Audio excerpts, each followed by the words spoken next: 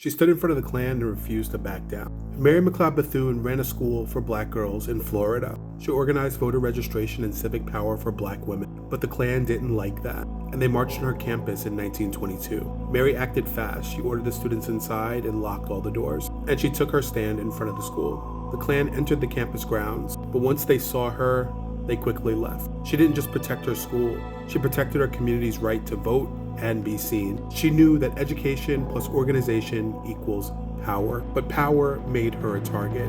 But she turned fear into strategy. When election day arrived, she marched black women to the polls. She knew nothing was guaranteed, but she also knew that dignity didn't wait for permission. Mary McLeod Bethune didn't just teach classes, she taught resistance. And by teaching resistance, she proved that a classroom can be a front line, and a vote can very easily be a weapon for justice. He wasn't a criminal, he was a socialist.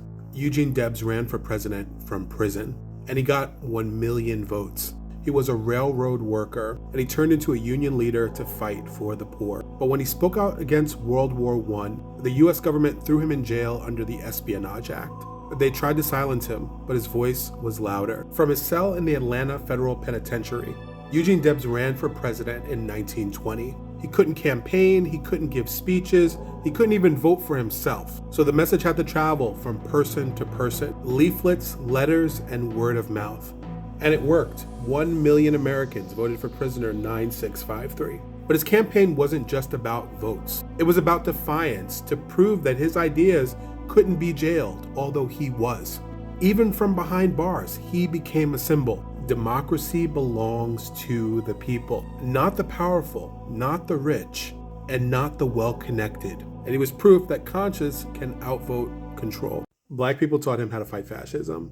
Dietrich Bonhoeffer was a young German theologian, raised to believe in nationalism. But then he came to America in the 1930s, and he found something different: Harlem.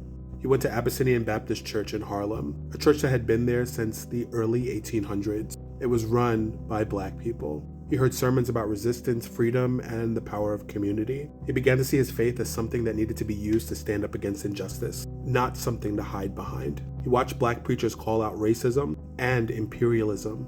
But when he returned to Germany, he was watching his own country fall into the hands of Nazis. He could have stayed silent and had a cushy job, but he didn't. He joined the resistance. He helped Jewish people escape out of the country, and he spoke out about the Nazi control of the church. He was labeled a traitor. His time in Harlem transformed him, from a proud nationalist to a pacifist who believed that his faith needed to be used to oppose evil. His resistance led to imprisonment, and weeks before World War II was over, he was executed. He died for the same lessons he learned in Harlem. Faith without resistance is fear.